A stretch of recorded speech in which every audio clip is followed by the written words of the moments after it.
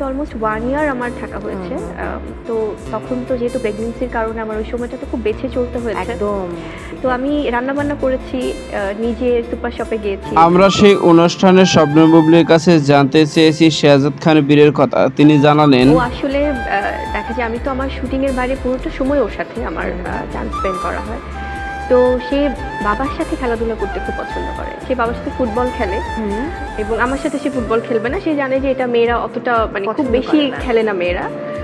যদিও ফুটবল তো এখন ছেলে মেয়ে সবাই খেলছে, হ্যাঁ। বাট সে জানে যে কোন খেলাগুলো বাবার সাথে খেলতে হবে। তার কাছে আরো জানতে চাওয়া হয় আমেরিকাতে 1 বছর কিভাবে সময় কাটিয়েছেন এই তিনি। সময়টা আমি তো অলমোস্ট 1 ইয়ার আমার থাকা হয়েছে।